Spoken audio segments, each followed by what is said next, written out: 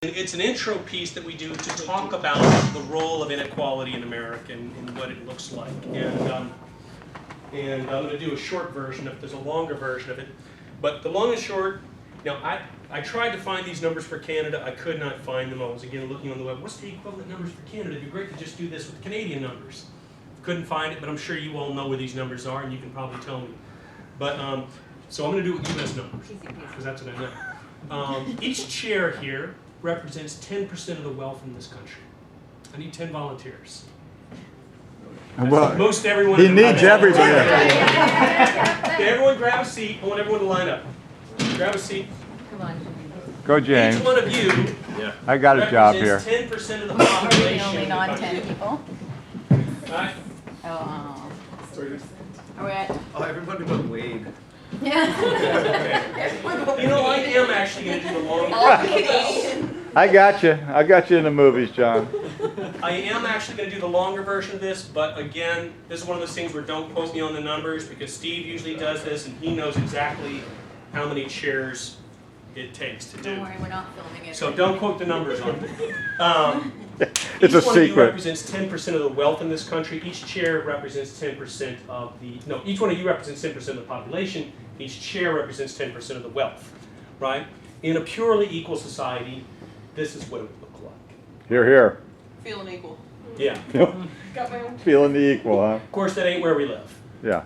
So, this is the number that I'm making up because I don't remember exactly how many chairs to do on this number. Let's flash forward to the 1940s, right? 1945, post-war, 1950, post-war period. You get 5 chairs, right? So you get to lay across 5 chairs. You all, come on over here. You get to sit on their laps or however you figure that out, but you all need to figure out a way to jam these 3 chairs here. Living large, dude. You two each get 1 chair Maybe each. James. And you all got to figure out how to sit on those last 3 Living chairs. large. Go ahead. Come on, Jane. Climb on, it's okay. It's okay, they're not going to hold it against you. We're all friendly here. Wait, Nope, you got to sit. Oh, do I? You got to sit. Everyone's got to sit down. You have to figure out a way to sit down. Oh, look, it's an anarchist scrum. Someone's gonna sit on me.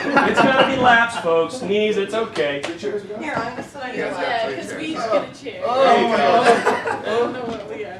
Do we need we did it. We did it. Do we need Of course, it's okay. guys at the Down. line? You got to squeeze in I there. think we're done. We're still alive. Good. Oh. Go ahead and scoot on over. It's okay. There you go. Come on, hurry up, everybody.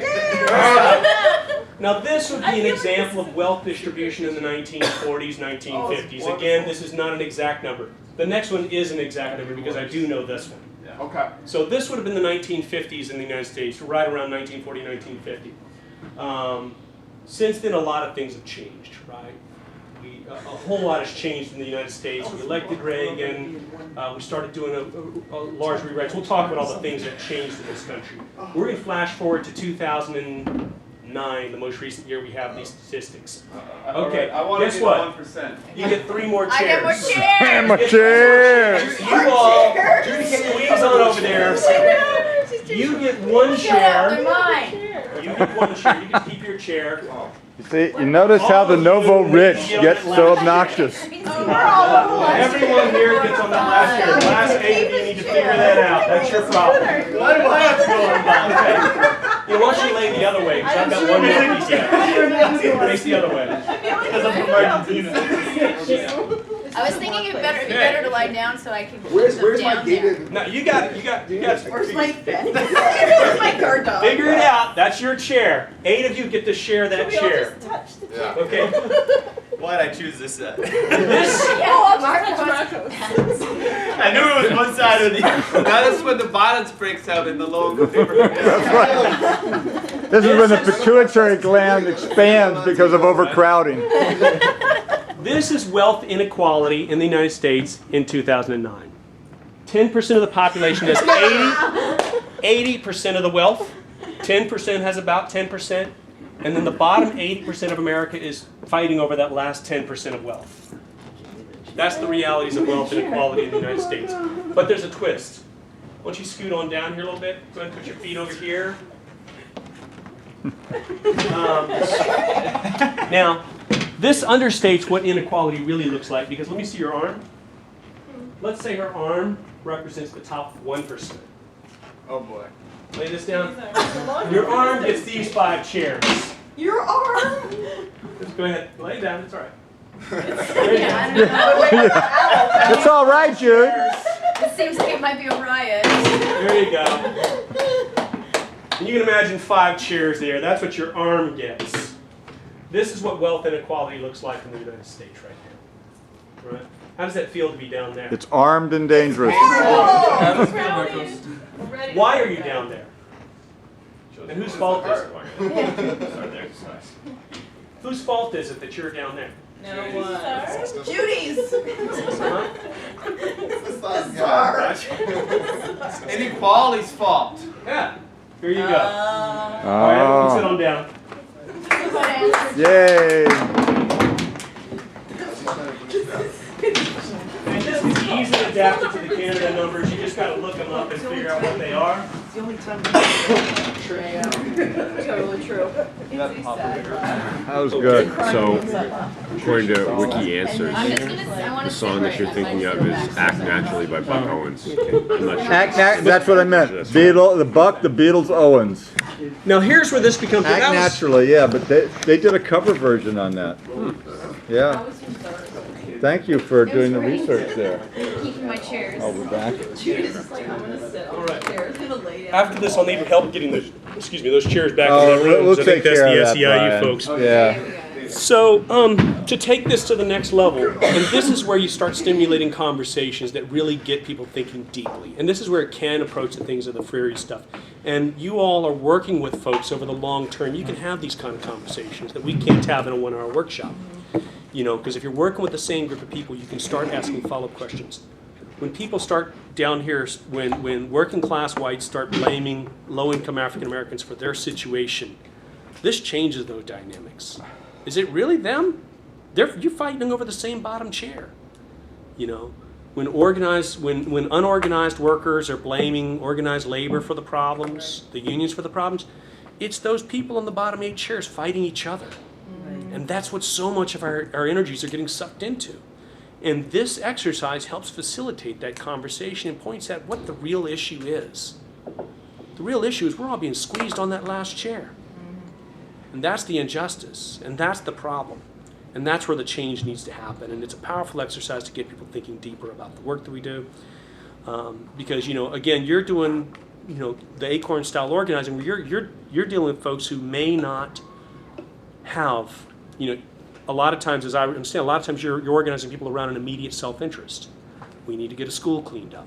We need to get a new, more funding for our local school, right? We need to get an abandoned lots dealt with, right? You're dealing with whatever issues arise in that community. But there's a process of political education as you're moving people and getting them to think deeper and deeper about the situation that they're in and why they're in that situation and what a real long-term change looks like. And these kind of exercises are designed to move in that direction. So I've got more I could say, but I'm going to stop there and just turn it over, and we can go into some discussion about what this means and how this would be incorporated in your own work, if it's useful at all. I think personally, I mean, as an organization, I think generally, you know, we do focus more on that sort of leveling up side of things. But like you say, I mean, it's really very important to sort of provide that broader sense for people, and not just that, but you know, to address that other, you know, side of the coin in terms of campaigns, in terms of going after that, you know, more progressive taxation or really anything along those lines. I mean, how? I mean, from your experience, I mean, how did you get into that side of things? How did I get into the tax side of it? Right.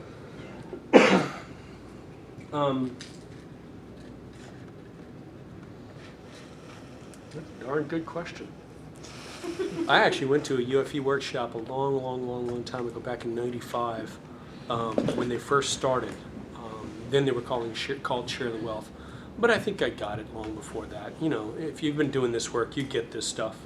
I think a lot of us who do organizing work, we understand that the root cause of a lot of this isn't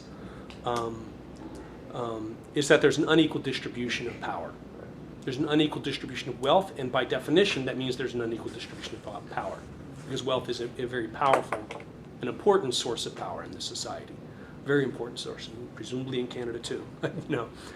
And so I think a lot of us intuitively know this. Did you spend any time at Highlander when you were in Tennessee? Yeah. Because certainly Oh, yeah. that's an obsession with them. Right.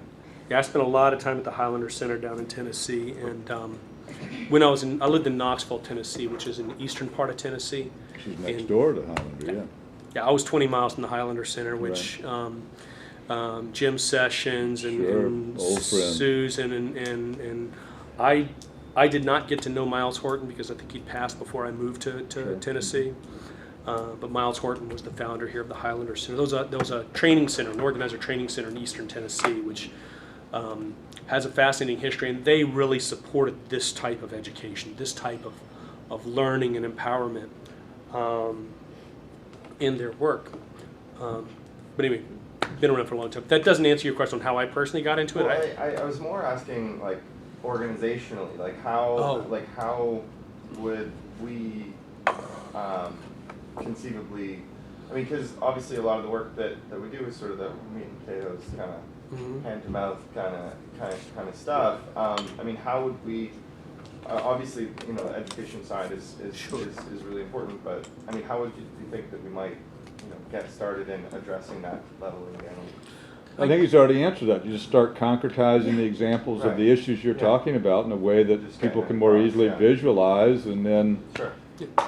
And Judy had a question too, though. Good, Judy. Well, I had a comment really. Or Who was comment? it that I was talking with? It was either Alex or Scott about, I mean, we do have, it's an organizing problem, right? Where the people on the lowest rung are being accused by the people by the rung right above them as being the problem, right? And so if you're in kind of a bit of a diverse neighborhood, there's a lot of squabbling, it's their fault, or it's like, the people on welfare, it's their fault, and like, I mean, I don't, this probably would be hard to do in a chapter meeting, but in a leadership school, if you kind of have a diverse group of people and you're really worried about people who are working being mad at the people on welfare, or if you got kind of a bit of a, more moderate group that is targeting like tenants or something like this might be helpful.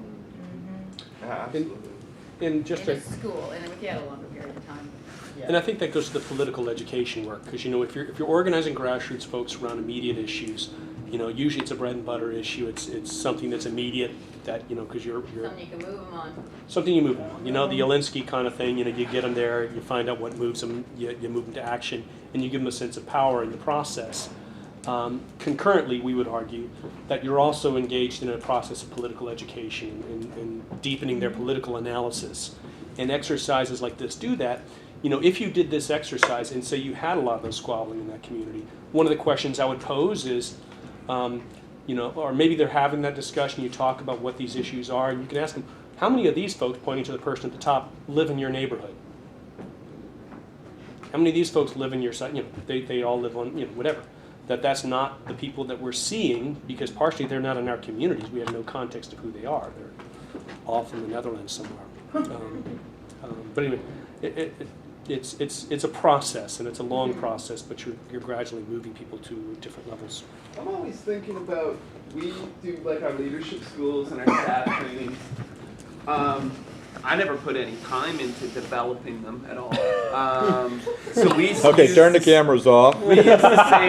Well, we used the same. We used, we have photocopied stuff that was written on typewriters. To be honest with you, from the United States, and we photocopy them, and maybe we get Guild's members rewrite them, and then we get new copies in French and English. But Some of them are Warren Hagstrom's papers on leadership that you heard about earlier this morning with Lee. That one, the money of the poor. Oh, yeah. There you go. That one, it's in the Love the original money of the type poor. from 1973. Love the money of the poor. It's got my Okay. notes. We've got the original photocopy. so I guess Original photocopy.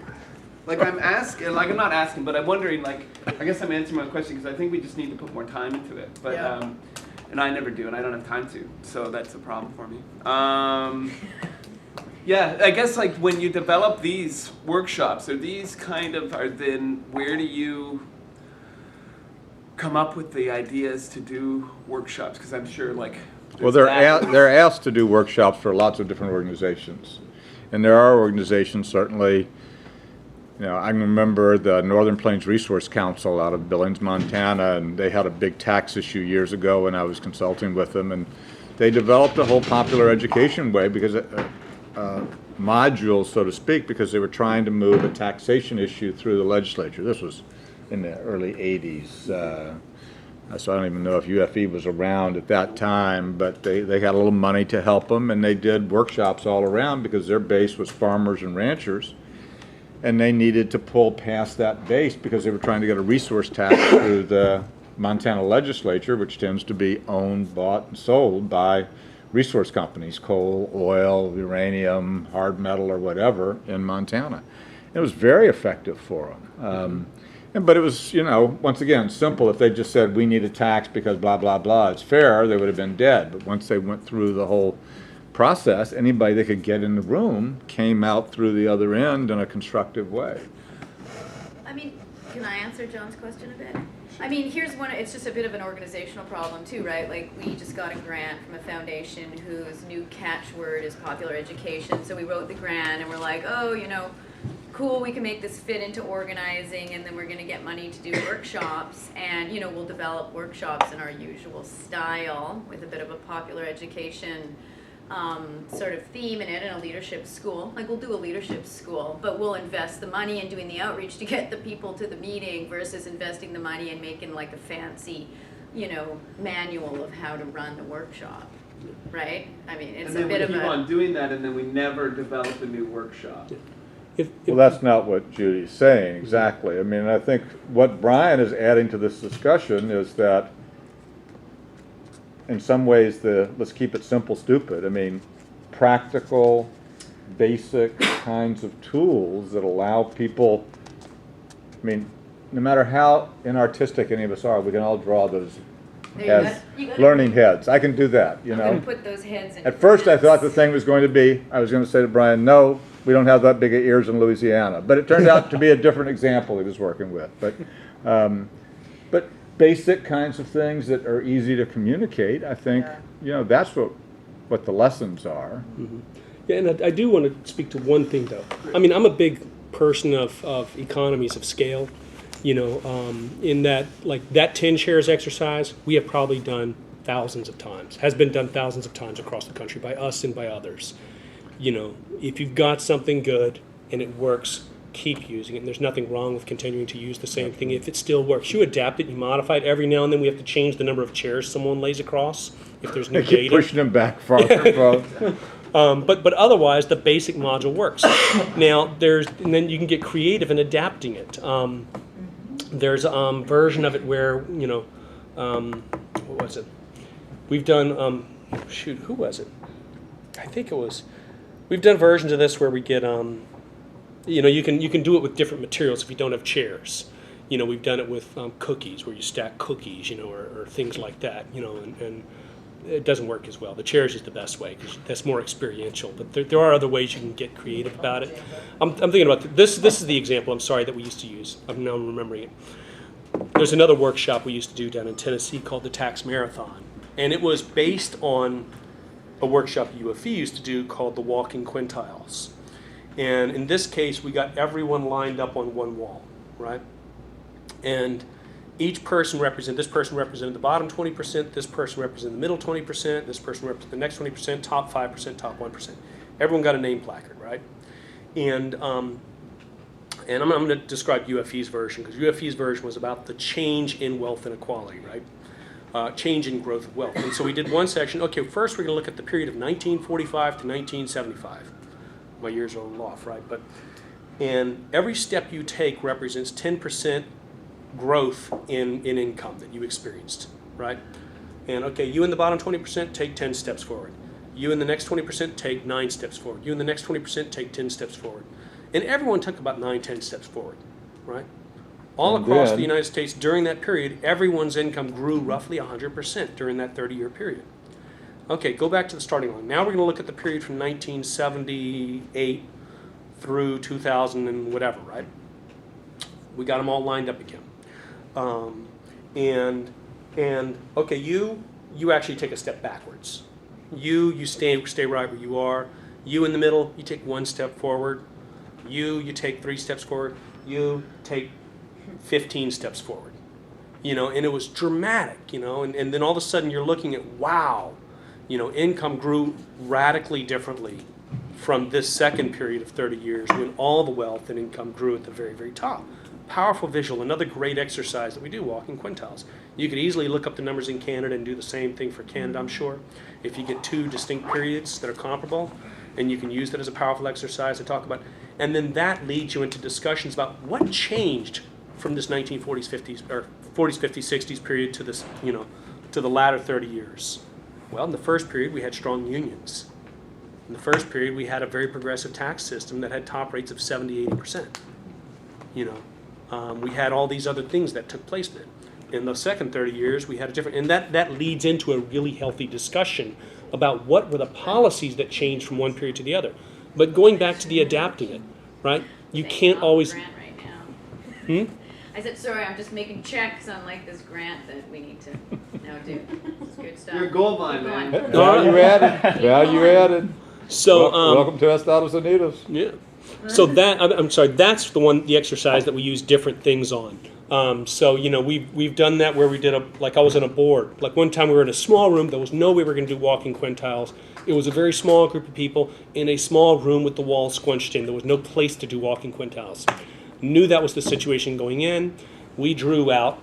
We got a big sheet of easel paper and we made what looked like a game board, right? And we gave each one little chess pieces at one end of the board. And so we did it with chess pieces, walking up and down the board. So you can adapt the same concept, and just thinking creatively, what's the environment that we're going to be in? If I can't do the walking quintiles, maybe we can do it as a board game. And that didn't take but an hour. What else? Not even an hour. What other ones do you have? Do you have anything on like tenant rights type stuff?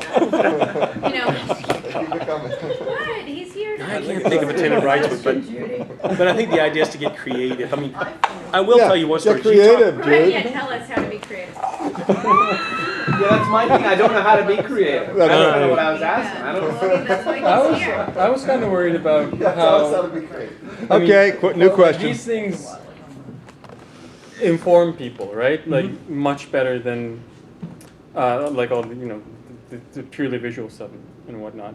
But how often do they lead to actual collective action? And do those are there techniques similar techniques just specifically designed for that, designed to get these people together in front of from City Hall? I'm going to go back to these 2 learning styles because here's, and this is what Freire argued, and this is what, the pop-ed people, I'm not just saying Freire, I actually can barely read Freire. He writes in such a dense academic language that I'm like, dude, I can't. For someone who claims to be a popular educator, his stuff, you got to be like serious. He's talking about getting the pedagogy, blah, blah, blah, blah, blah, blah. Dude, stop it. And this is where it goes to the collective action. If all your learning styles are like this, you're constantly telling people here that they need this person's leadership before they can do anything. You're reinforcing that frame that makes them rely on this person. So, if you can give them all the information about inequality, you can stand up there with the PowerPoint, you can give them all this great information, it doesn't move people to action, it moves people to following this person. And if this person leaves the room, there's no one to lead them, and so it just stalls out. That's the argument. So the argument is by doing this kind of a model, by doing a model that engages people in a more deep and meaningful way, not only are you conveying information and deepening their knowledge, but you're also telling them, hey, I know the answers. Hey, my life story is worth writing down a book. Hey, I gave the answers to what's taxed and not. I just never thought about it that way. Now I know. You're simultaneously giving people a sense of their own worth and their own, and they're more, the argument goes, they're more likely to take action even if this person's gone. Does that make sense? Sure. That's the argument, and that's the rationale. And can I Putting it into answer a bit of practice Emery's is- question too, just because he's new? I mean, a lot of this stuff is exactly what we do. Our rap is very question-based, as you know. This is like our first organizing meetings, right? Or around like getting other people to talk about what the issues are, not us telling them what to work on. We want to know. Dialectic of organizing, yeah. Yeah. And then you know, Brian doesn't really want to tell, but at the end of these exercises, they usually pass around a Molotov cocktail and a box of matches. So, you know, you don't want that to come out in every session, but this session is probably okay for you to admit that. That's a whole Louisiana thing that we do. Yeah. No, I'm gonna remember that, like clipboard, member card, Molotov cocktail. And don't forget the matches, because a lot of people don't smoke it. Yeah, that's right. Real special for your dues. Sign the thing, you get. See, Wade's got me thinking about another story. This is an example of social Good. math. This is one of those war stories that it's a moment of beauty, and it was a Louisiana thing. There you go. Because I was like inspired by, back in the 1930s, there was a guy named Huey Long. You might have heard of him, but he was an old, he had a unique style. I'm not going to talk about his politics, but he had this a filibuster technique that he did once. And I was like, really? Okay. I remember reading about it once, and I did it again. This was that same fight, that same hearing, in fact, with the 450 people and the people yelling and screaming. So in one case, this broke the rules of organizer being in the back seat and never actually speaking in public, right? We were a little fuzzy about that. Sometimes I did take a leadership role. More often than not, I tried to have the members take the leadership role in the organizing that we did with LCTJ. But I was just like, it was Zach late. certainly liked being up front. It was late, and I made sure, I said, look, I've got to do this. I just have to do it. I tried to get a couple of other folks to do it. They were like, oh, no. Look, I have to, somebody has to do this. And I said, all right, well, let me just make sure I'm the very last person to speak. Because under Louisiana law, that person has to stay there in the room hearing testimony until the testimony is done. Right, period. That's the law. So I made sure I was the last person to speak. I got up around 3 a.m. Right, this hearing started at 5 p.m., I think, or something like that. 6 p.m., whatever time it was. It was a long hearing. We had a lot of people giving testimony. It was 2 or 3 in the morning, I forget, is when I got up to the microphone. I said, okay, everyone else has talked, right?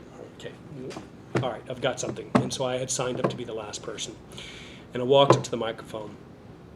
And this is actually a good example of social math, too. How do you make a number meaningful? And I said, earlier tonight, one of the industry spokespeople got up and said that they located this facility in a relatively unpopulated area. Well, you know what? These are real people with real lives, real dreams, and real aspirations. And there's only one way I think I can make that message clear. And I walked off the stage and I grabbed the phone book for the city of for Baton Rouge, and in the back of the Baton Rouge phone book's about a section for St. Gabriel Carville. And I went up to the microphone and I read the entire St. Gabriel Carville section of the phone book for the next hour and a half into the testimony, and kept them there until like 4 in the morning or something ridiculous like that. I was a few minutes into it, and the DEQ spokesman, are you going to read the whole phone book? I said, yeah. And they, oh, okay, just wanted to make sure. And so, just wanted to be clear about what's happening here. And so they brought, the folks in the audience were cheering every time I hit a name of someone that they knew. They pushed up a chair, they were bringing me sodas and stuff, and I was just sitting here for an hour or so reading the last section of the phone book. It was beautiful, it was a lot of fun. And again, in the end we won, so it was all cool. But, our union used to represent all the workers at the Gillis Long facility there in Carville. Oh, really? Yeah. Okay. Hansen's Disease Center, the only, mainland U.S. Until they put it out of business, yeah. So we used to go to Carville all the time. Yeah. And Carville, of course, is named after, James Carville, the Politico. His family's from there. That was his family's, it's an almost entirely African-American community now, that whole section of town, but that's where his family hails from. But the one, tying back to the social math thing, I could have stood up there and said there's 2,500 people living in this city. Whatever. That's a number. It doesn't mean anything. The names mean something. It's far more powerful. And it's an example of how you get to social math. You got to get beyond the numbers and make it real. Make it tangible for people. But. Excellent. Yeah, good. Well, and there it is. 11:58, so we may be, that's a perfect time to end this, Brian. Excellent presentation. Thank you. Do you have some materials? Yeah, I got a few goodies. I didn't bring 12 copies of everything. I brought a bunch of our State of the Dream reports. We're a collective organization. All right. This is our 2011 edition. We're almost out of our 2012 edition, so I'm more stingy about those. But this is our State of the Dream report. It's our annual report analyzing the racial wealth divide. And we took a look at, in this report, the impact of the budget cuts as well as the tax giveaways on communities of color, and showed the racially disparate impact of it. It's a really good report if you want to look at that. Got a few copies of this. I've got 3 or 4 copies of this Born on Third Base report. Again, this is the analysis of the Forbes 400, where their wealth comes from. I only grabbed 2 of these. We're so short on literature. This is our newsletter. I don't think there's stole anything. this baseball thing. Oh, there you go. And that's another example of social math. We could talk about different grades, but we used a baseball metaphor. It's finding metaphors and frames to talk about your work, and just a few brochures. So anyone who wants this stuff, I've got this stuff here I brought. Thank you all for having me. It's been great. Sweet. Yeah.